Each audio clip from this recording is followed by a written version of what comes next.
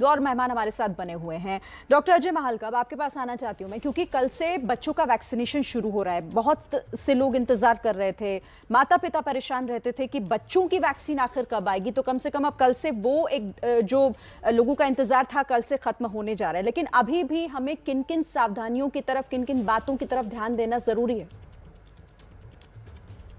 देखिए, भारत जो है वो सबसे यंग कंट्री है और यहाँ बच्चों की वैक्सीनेशंस बहुत ज़रूरी थी, क्योंकि जो पॉपुलेशन है हमारी, मान के चलें कि 12 से 18 के बीच में कम से कम 40% है।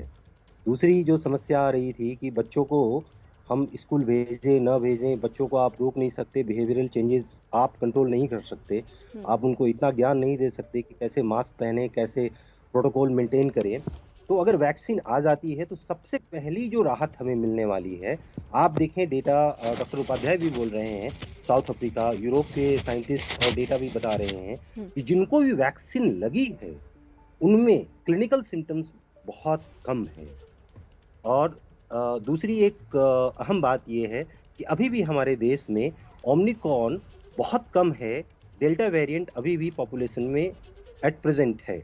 तो हम जितनी जल्दी वैक्सीनेशन बच्चों को देंगे, स्प्रेडिंग कम होगी, उनका हम बचाव कर पाएँगे, परिवार को आराम से रख पाएँगे और यंग जनरेशन्स को फ़ियरफुल नहीं बनाते हुए उनको जॉयफुल रख पाएँगे। एक तो ये है, दूसरी चीज़ है कि वैक्सीनेशंस जो प्रधानमंत्री ने कहा कि सबको मिलेगी बच्चों को, ये सबसे सराहनीय कदम है। ये अभी तक पूरे दुनिया में कोई नहीं कर पा रहा। यूरोप ने भी ट्राई किया, डेनमार्क ने, स्पेन ने, सब ने। आप देखें तो यूएस एंड कैनेडियन वो कंडीशनल वैक्सीनेशन कर रहे हैं, जबकि हमारा इंडिया एक ऐसा कंट्री है जो एक बहुत सराहनीय कदम है ये। बिल्कुल, और कोशिश इसी को लेकर भी है। प्रधानमंत्री ने भी इसीलिए लोगों से अपील की कि ज्यादा से ज्यादा लोग जो हैं वो अभी भी, क्योंकि वैक्सीनेशन को लेकर लोगों के मन में बहुत सारे भ्रम हैं। अब मैं रुक करना चाहूंगी डॉक्टर राजेश पारिक का। डॉक्टर राजेश पारिक, जिसका जिक्र अजय महालका जी ने भी किया कि लोगों को इस बात को समझना होगा कि वैक्सीनेशन कितना जरूरी है।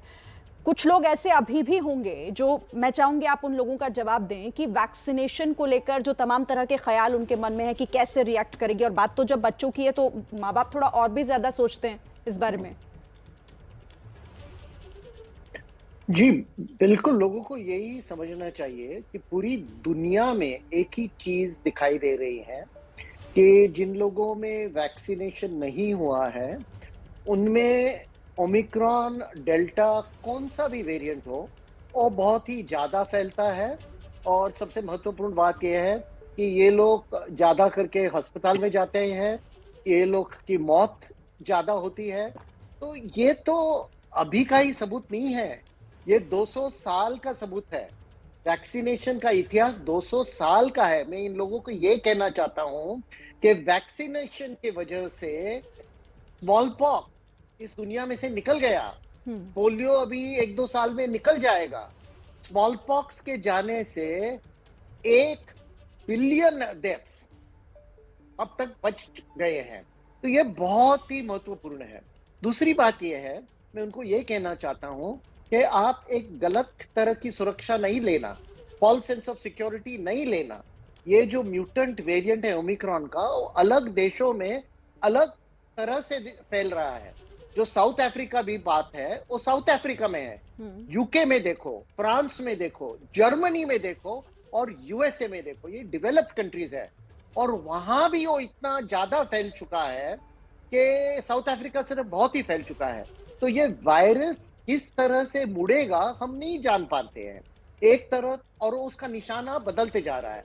जो पहले हमारा डेल्टा वायरस था, वो ज्यादा करके जो बूढ़े लोग थे 60 उम्र से ज्यादा, उनके ऊपर था। अभी हमने एक बार तो देखा है कि ओमिक्रॉन एक बार मुड़ चुका है, जिनकी उम्र 40-45 होती है उन पे आ रहा है। और हम ये नहीं बोल सकते कि कभी वो वापस मुड़ेगा और उसका निशाना बदल जाएगा और बच्चे पे आ जाएगा।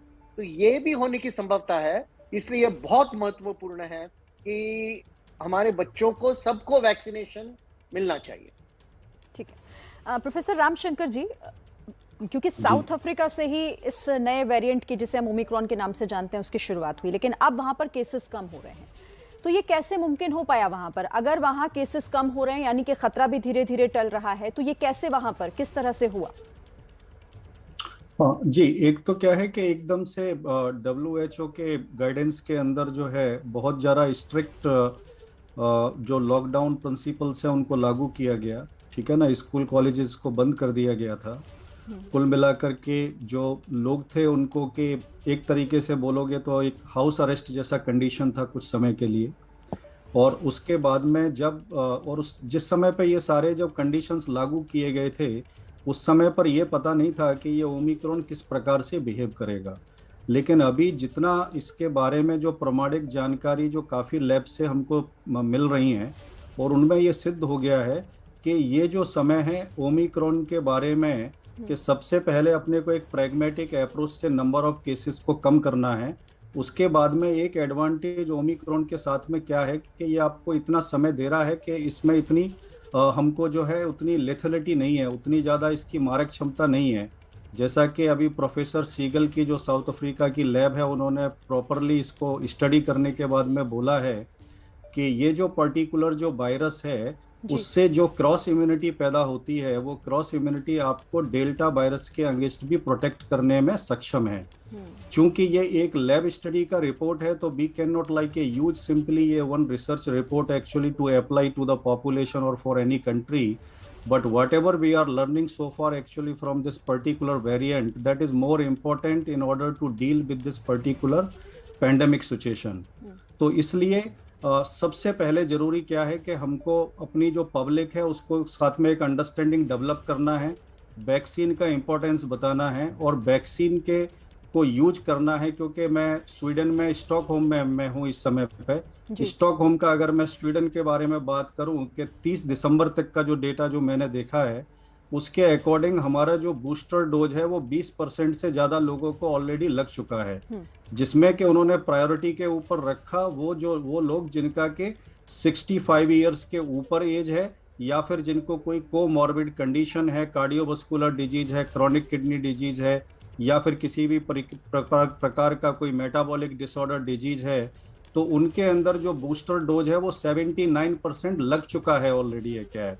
So it is a high time for the government and as well as a people and the citizen of the country that we need to make sure कि जब वैक्सीन गवर्नमेंट प्रोवाइड कर रही है तो बिना किसी हेजिटेशन के, चाहे वो बच्चों के लिए हो चाहे जो है क्या है एक किसी भी मतलब एज ग्रुप के लिए निर्धारित की गई हो, उसका इस समय पे इस्तेमाल होना बहुत जरूरी है। एक बात और यहाँ पे समझ लेते हैं कि जनरली जो वैक्सीन जो आपको प्रोटेक्शन प्रोवाइड करेगा वो उसको आने में कम से कम 10 से 14 दिन लग जाते हैं, क्योंकि ये humoral B cell T cell based immunity generate करता है, एंटीबॉडीज है क्या है, तो 10 से 14 दिन का समय हमको लगेगा। तो कम से कम जो है क्या है, चाहे वो बच्चों के संदर्भ में हो चाहे जो है क्या एज पॉपुलेशन के संदर्भ में हो, हमको कम से कम आने वाले 4 हफ्ते इस प्रकार से बिताने हैं जिसमें कि हम किसी अननेसेसरी एक्टिविटी के अंदर संलिप्त ना हो।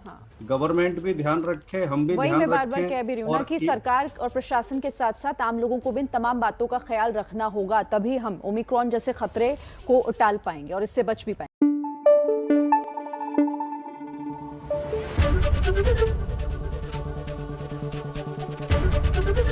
एबीपी न्यूज आपको रखे आगे।